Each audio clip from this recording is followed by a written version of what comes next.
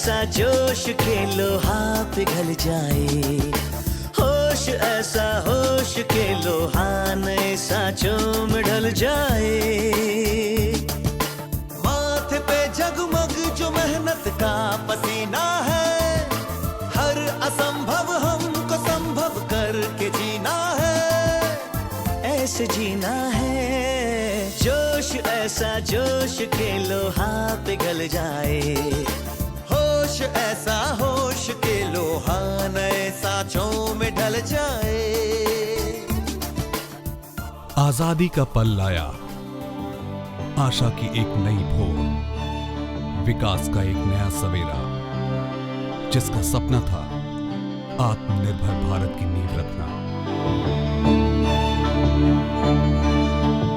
इस सपने को सच करने के लिए 1964 में Bharat heavy electricals limited BHEL की नींव रखी गई,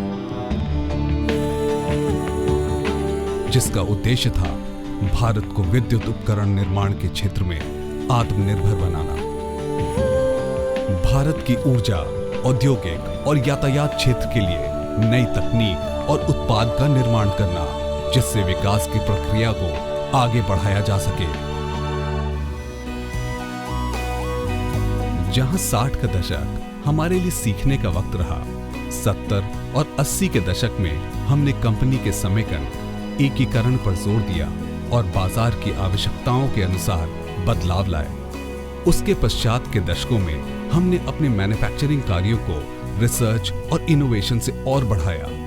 आज 50 वर्ष बाद अपने आधुनिक उत्पादों से BHEL सफलता के नए आयाम छू रहा है। हमारे अनुसंधान व विकास, कार्यनिर्वाह क्षमता, इनोवेशन व टेक्नोलॉजी डेवलपमेंट की एक ही प्रेरणा है, आत्मनिर्भर भारत। आज BHEL विद्युत, उद्योग, ट्रांसमिशन, रक्षा, तेल व गैस, परिवहन तथा गैर पारंपरिक ऊर्जा, जल क्षेत्र की तकनीकी जरूरतों को अपने डिजाइन, इंजीनियरिंग, निर्माण, परीक्षण और निष्पादन के माध्यम से पूरा कर रहा है। 21वीं सदी में भारत सुपर पावर बनने की दिशा में आगे बढ़ रहा है। भारत को सुपर पावर बनाने के लिए सबसे अधिक आवश्यकता है ऊर्जा की, और इस ऊर्जा के क्षेत्र को सफल बनाने में आज अहम भूमिका BHEL द्वारा निभाई जा रही है। BHEL ने अपनी शुरुआत 30 मेगावाट से की, बढ़कर फिर 250 मेगावाट, 500 मेगावाट, 600 मेगावाट, 800 मेगावाट, अब इसके आगे बढ़कर 1000 मेगावाट के संयंत्र बनाने के निर्माण में BHEL आगे बढ़ रही है। वैसे BHEL की पहचान केवल देश में नहीं तो विश्व स्तर पर आज BHEL की पहचान है।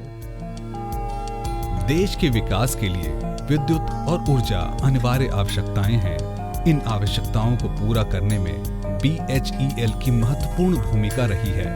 आज BHEL के पास 20,000 मेगावाट विद्युत उत्पादन तक के उपकरण बनाने की स्थापित क्षमता है। BHEL विश्व की चुनिंदा कंपनियों में से एक है जो कि एक एकीकृत विद्युत उपकरण निर्माता है, जिसके पास ऊर्जा उपकरणों की पूरी रेंज एवं प्रकार का निर्माण करने की क्षमता है, और जिसने 1,50,000 मेगावाट से अधिक के विद्युत उत्पादन उपकरण सप्लाई किए हैं।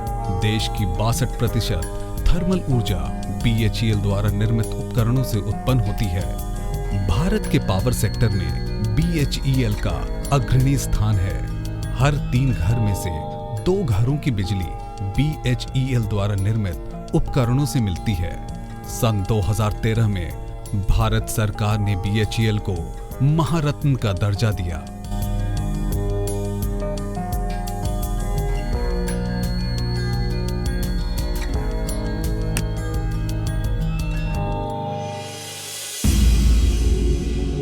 भारत का विश्वास, भारत के आत्मनिर्भरता का उदाहरण, भारत की तकनीकी उन्नति का स्तंभ BHEL बुलंद हौसलों के साथ, जोश और दृढ़ निश्चय के साथ आगे बढ़ता हुआ। BHEL is a Maharatna company having 17 manufacturing units and 45,000 manpower. BHEL has its responsibility to the nation as a national company, and it manufactures 20,000 megawatt of equipment every year, and it caters to the power sector and the other infrastructure sectors. Collective approach of management and business department maintains transparency in all its activities. Business department inspects offices and suggests new systems and processes, and moving forward the company would like to perform its journey of growth through preventive vigilance as a tool for good governance. विश्वास भरा माहौल किसी भी संगठन की उत्तम कार्य प्रणाली और ग्राहक संतुष्टि के लिए बहुत महत्वपूर्ण है। इसलिए BHEL का मुख्य ध्येय है पारदर्शिता और नई तकनीकों के प्रयोग से ऐसा सिस्टम बनाएं जिससे कर्मचारी, साझेदार और ग्राहकों का अनुभव हमेशा अच्छा रहे। हम पर जिम्मेदारी है न केवल कई हेवी इलेक्ट्रिकल्स के निर्माण करने की, बल्कि नई तकनीक विकसित करने की। जब जिम्मेदारी बड़ी हो तो और भी महत्वपूर्ण हो जाता है उसे विश्वास के साथ निभाना। BHEL का विजिलेंस विभाग समय समय पर कंपनी के कार्यालयों का निरीक्षण करता है और वर्तमान स्थिति में नए सिस्टम और प्रोसेस अपनाने के सुझाव देता है। BHEL की सभी बड़ी इकाइयों में सतर्कता विभाग की शाखाएं हैं। सतर्कता विभाग में 50 से अधिक अधिकारी कार्यरत हैं, जो मुख्य सतर्कता अधिकारी के दिशा निर्देशन में काम करते हैं। मुख्य सतर्कता अधिकारी कंपनी में केंद्रीय सतर्कता आयोग का प्रतिनिधित्व करते हैं। वह कंपनी और CVC तथा कंपनी और CBI के बीच एक लिंक का काम करते हैं। सतर्कता विभाग कंपनी मैनेजमेंट को भ्रष्टाचार निरोधक उपायों को लागू करने में मदद करता है। यह विभाग कंपनी के दूसरे विभागों के बीच एक लिंक का भी काम करता है, जिससे कंपनी में उत्पादन क्षमता, कार्यक्षमता और क्वालिटी को बढ़ाया जा सके। सतर्कता विभाग नियमित रूप से साइटों तथा इकाइयों का निरीक्षण करता है तथा समय समय पर जांच द्वारा सिस्टम को सुधारने के सुझाव देता है। इन सुझावों पर मैनेजमेंट सभी स्टेक होल्डर के साथ विचार विमर्श करके इन्हें लागू करने के लिए कार्रवाई करता है। Chief Vigilance Officer is an integral part of an organization. He plays an important role. His role is not limited to investigating some complaints, suggesting some action against the guilty. He is part of the process along with the management. He is required along with the management to look into the various systems, processes and bottlenecks and suggest various remedies to be done so that the public at large are not inconvenienced. In a preventive vigilance mechanism, the Chief Vigilance Officer and the management act in concert so that they identify the various bottlenecks and introduce improvements so that the processes involved are followed very systematically, leading to better procurement of goods and services at better rates and proper recruitment of personnel and proper sale of goods and services at an appropriate rate and an appropriate time. The coming together of the Chief Vigilance Officer and the management would take the good governance to a next higher level.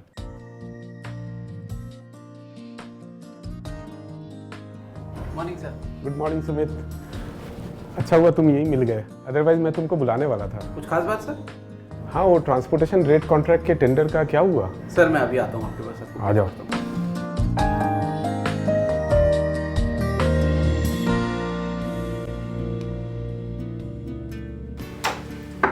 May I come in sir?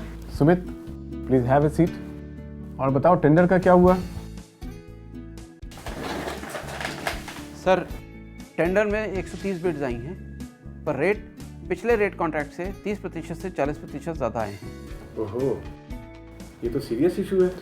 Yes sir, मुझे पता चला है tender भरने की तारीख से ठीक पहले दिन सारे ट्रांसपोर्टर्स एक होटल में मिले थे।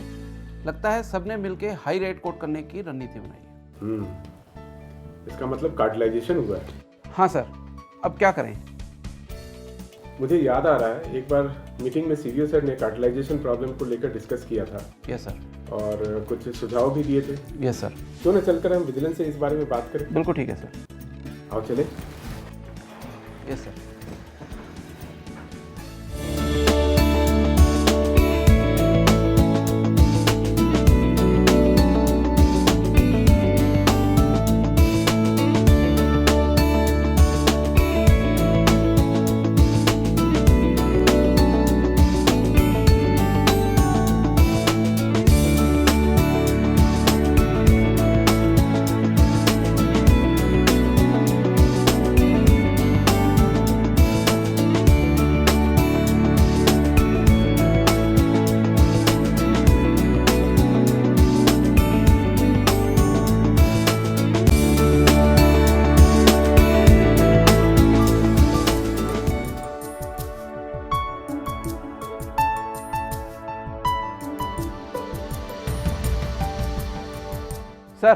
एक खुशखबरी है, रीटेंडर का बड़ा अच्छा रिस्पांस मिला है और रेट भी बड़े कॉम्पिटिटिव आए हैं। ओह, दैट्स रियली गुड न्यूज़।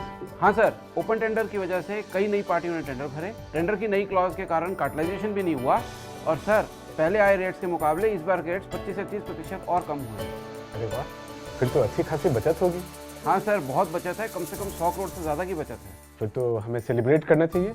हाँ sir, let's celebrate sir. We should go to cafeteria. Thank you sir. Good morning sir. Hello sir. Good morning. Hello, तुम दोनों कंटिन्यू करो। और कोमल, विजिलेंस में आजकल क्या चल रहा है? सर आजकल हम लोग मटेरियल मैनेजमेंट का एक बहुत इंपॉर्टेंट इशू देख रहे हैं। मटेरियल मैनेजमेंट इशू, ये क्या है? सर रिसेंटली हमारी विजिलेंस की टीम ने हमारे major units like Haridwar, Bhopal, Tiruchi में विजिट किया तो ये पाया कि स्टोर का काफ़ी सामान ओपन स्पेसेस में बिखरा पड़ा था जो कि किसी यूज़ में नहीं लाया जा रहा है। और दूसरा, हमारे प्लांट की एम्बियंस बहुत ख़राब हो रही। तो विजिलेंस ने इसमें क्या किया? सर सीवीओ के डायरेक्शंस के हिसाब से हमने ऐसे स्पेसेस की फ़ोटोग्राफ्स क्लिक करके कॉर्पोरेट में सेंड करी और उसे मैनेजमेंट के सामने डिस्कशन के लिए रखा गया। ग्रेट, तो इसका फाइनली क्या डिसीजन रहा? मैनेजमेंट काफ़ी पॉजिटिव थे सर इस ड्राइव में, तो उन्होंने 2 इम्पॉर्टेंट डिसीजंस लिए। पहला इम्पॉर्टेंट डिसीजन ये हुआ कि हमें अपने इंडेंटिंग प्रोसीजर को रिवाइज़ करने की ज़रूरत है जिससे एक्सेस मटेरियल जो है वो हमारे स्टोर्स में ना आए और वेस्टेज ना हो। और दूसरा इम्पॉर्टेंट कि ऐसे जहाँ भी ओपन स्पेसेस में सामान रखा है उसे 5S करके छटनी करने की ज़रूरत है जिससे काम में लाने वाला सामान को स्टोर में वापस भेज दिया जाए और ना काम में आने वाले सामान को ऑक्शन या रिसाइकिल के लिए भेज दिया जाए। तो कंपनी को तो इससे काफ़ी फ़ायदा हुआ होगा। सर मल्टीपल बेनिफिट्स दिए हमने इस ड्राइव के थ्रू। सबसे पहला तो हमारा सिस्टम इम्प्रूव हो गया, हमने अपने इंडेंटिंग प्रोसीजर को रिवाइज कर दिया जिससे कि हम एक्सेस मटेरियल अब स्टोर्स के अंदर ही नहीं आता। सर दूसरा इम्पॉर्टेंट बेनिफिट ये हुआ कि हमारा काफ़ी सामान स्टोर में वापस चला गया जिसे अब हम यूज़ में ला पा रहे हैं। इससे हमने लैक्स ऑफ रुपीज़ कंपनी के लिए सेव कर लिए। बहुत बढ़िया रहा। और तीसरा और सबसे ज़रूरी कि हमने स्वच्छ भारत मिशन में अपना योगदान दे दिया। अगर आप कहें सर तो मैं कुछ फ़ोटोग्राफ्स भी इस ड्राइव की आपको दिखाऊं। देखिए सर, ये देखिए, ये पहले की स्नैप्स हैं और ये अब की स्नैप्स हैं। हमने अपने प्लांट्स को कितना नीट एंड क्लीन कर दिया।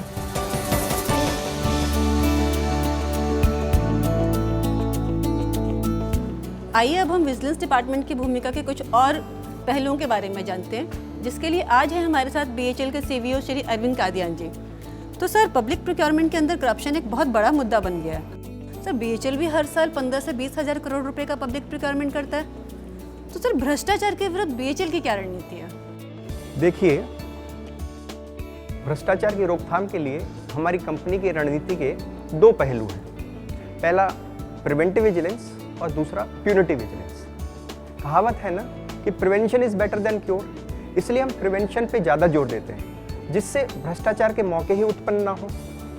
लेकिन अगर कोई कर्मचारी जानबूझ के कंपनी के नियमों का उल्लंघन करता है तो हम स्ट्रिक्ट एक्शन लेते हैं। पिछले 1 साल में 20 से ज़्यादा कर्मचारियों के अगेंस्ट डिसिप्लिनरी एक्शन लिया गया। सर ये प्रिवेंटिव विजिलेंस के लिए आप क्या करते हैं? देखिए, प्रिवेंटिव विजिलेंस के लिए हम लोग कई क्षेत्रों में काम करते हैं, जैसे कंपनी के कामकाज में पारदर्शिता लाना, कंपनी के नियमों को सरल बनाना और कंपनी के कर्मचारियों के लिए ट्रेनिंग प्रोग्राम्स का आयोजन करना। इसके अलावा हम कंपनी के नियमों को, पॉलिसीज़ को टाइम टू टाइम रिव्यू करते हैं और उसमें सुधार के लिए सुझाव भी देते हैं। सर अक्सर ये कहा जाता है कि विजिलेंस के कारण डिसीजन मेकिंग प्रोसेस स्लो हो जाता है, सर इस बारे में आप क्या कहना चाहेंगे? देखिए, आपका ये कहना कुछ हद तक सही हो सकता है, लेकिन मेरा अपना ये मानना है कि इसके लिए विजिलेंस जिम्मेवार नहीं है, बल्कि कर्मचारियों में कंपनी के रूल्स एंड रेगुलेशंस की कमी होना इसका मुख्य कारण है। इसीलिए हम BHEL में time to time training programmes करते हैं। हम एक न्यूज़लेटर दिशा भी इशू करते हैं जिसमें केस स्टडीज शेयर की जाती हैं। इसके अलावा हम समय समय पर इंटरैक्टिव सेशंस भी करते हैं जिसमें खास तौर पे ये बताते हैं कि टाइमली डिसीजन और करेक्ट डिसीजन लेने के लिए आपको किन बातों का ध्यान रखना जरूरी है। हमारी इस पहल के काफ़ी अच्छे फीडबैक मिले हैं। सर आजकल सभी बड़ी कंपनियां रिवर्स ऑक्शन प्रोसेस को फॉलो करती हैं। सर ये रिवर्स ऑक्शन में क्या होता है? देखिए, ऑक्शन दो तरह से होते हैं, फॉरवर्ड ऑक्शन और रिवर्स ऑक्शन। जब किसी कंपनी को अपना कोई सामान बेचना होता है, जैसे मान लीजिए किसी कंपनी को अपना सरप्लस स्टोर्स बेचना है या डीडीए जैसे अपना फ्लैट्स या प्लॉट्स बेचना है, तो उसके लिए फॉरवर्ड ऑक्शन किया जाता है। और फॉरवर्ड ऑक्शन में जो सबसे ज़्यादा बिड डालता है वो काम उसको दे दिया जाता है। इसके विपरीत जब कंपनी को कोई सामान या सेवा अपने लिए खरीदना होता है तो उस समय रिवर्स ऑक्शन का यूज़ किया जाता है और उसमें जो बिडर सबसे कम बिड डालता है वो टेंडर उसको अवार्ड कर दिया जाता है। सर मुझे आपसे एक बात और जाननी थी। सर मुझे अभी पता चला है कि विजिलेंस डिपार्टमेंट के सुझाव पर आरए की गाइडलाइंस में कुछ बदलाव किए गए हैं जिसके बहुत पॉजिटिव रिस्पॉन्स आए हैं। सर ज़रा बताइए इस बारे में हमें कुछ। ऐसा था कि कुछ इंस्पेक्शंस में हमने नोटिस किया कि जो आरए का बेनिफिट कंपनी को मिलना चाहिए वो नहीं मिल रहा था, क्योंकि कम्पिटिटिव बिडिंग हो ही नहीं रही थी। तो हमने मैनेजमेंट को सुझाव दिया कि आप जो आरए की बेस्ट प्रैक्टिसेस हैं उनको अडॉप्ट करिए, और उसी को ध्यान में रख के आरए की नई गाइडलाइंस इशू की गई। आइए मैं आपको एक केस के बारे में बताता हूँ। Good morning sir. Good morning vision. भाई वो प्लेट हीट एक्सचेंजर के रिवर्स ऑक्शन का क्या रिजल्ट रहा? सर क्वाइट सरप्राइजिंग सर, केवल 2 ही बिडर्स ने पार्टिसिपेट किया।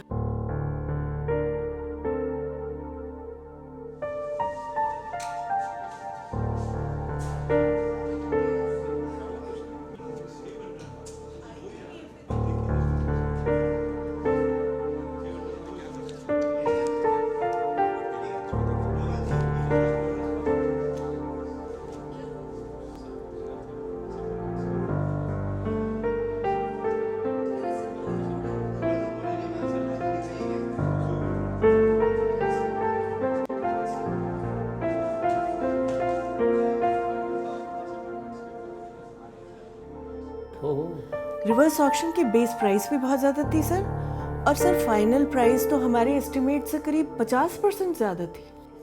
इसका मतलब है कि बिडर सीरियस नहीं थे। एक काम करो, रिवर्स ऑक्शन के बारे में कॉर्पोरेट से नई गाइडलाइंस इशू हुई है जी, उनकी कॉपी लेकर। Sir I have a copy sir.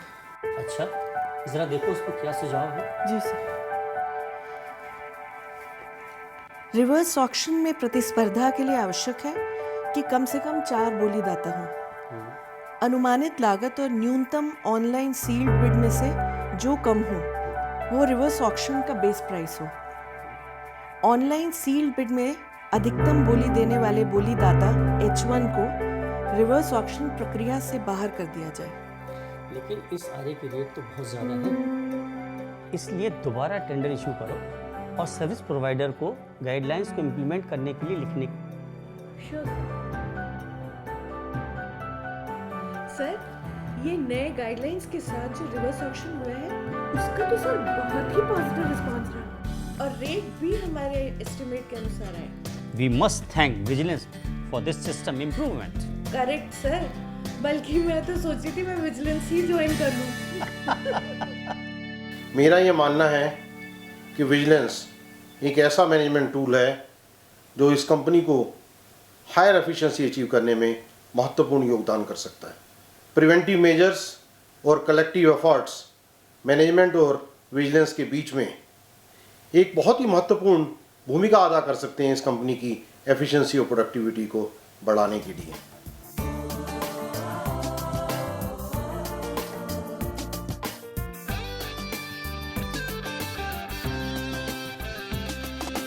मन में साहस और इन हाथों में है शक्ति, चेष्टा है वो जो एक पल भी नहीं थकती। हम है वो जो मंजिलों से आगे जाते हैं, हम है वो जो सपने सच करके दिखाते हैं। जग सवारे, जग निखारे, स्वर्ग धरती पर उतारे। हम जिधर देखें उधर एक ज्योत जल जाए। जोश ऐसा जोश के लो हाथ पिघल जाए, होश ऐसा सांचों में ढल जाए। जोश है, जोश है, जोश है, जोश है, जोश है, हमारा उद्देश्य, हमारा जोश है, सत्य, शील, जोश न्याय। है। जय हिंद।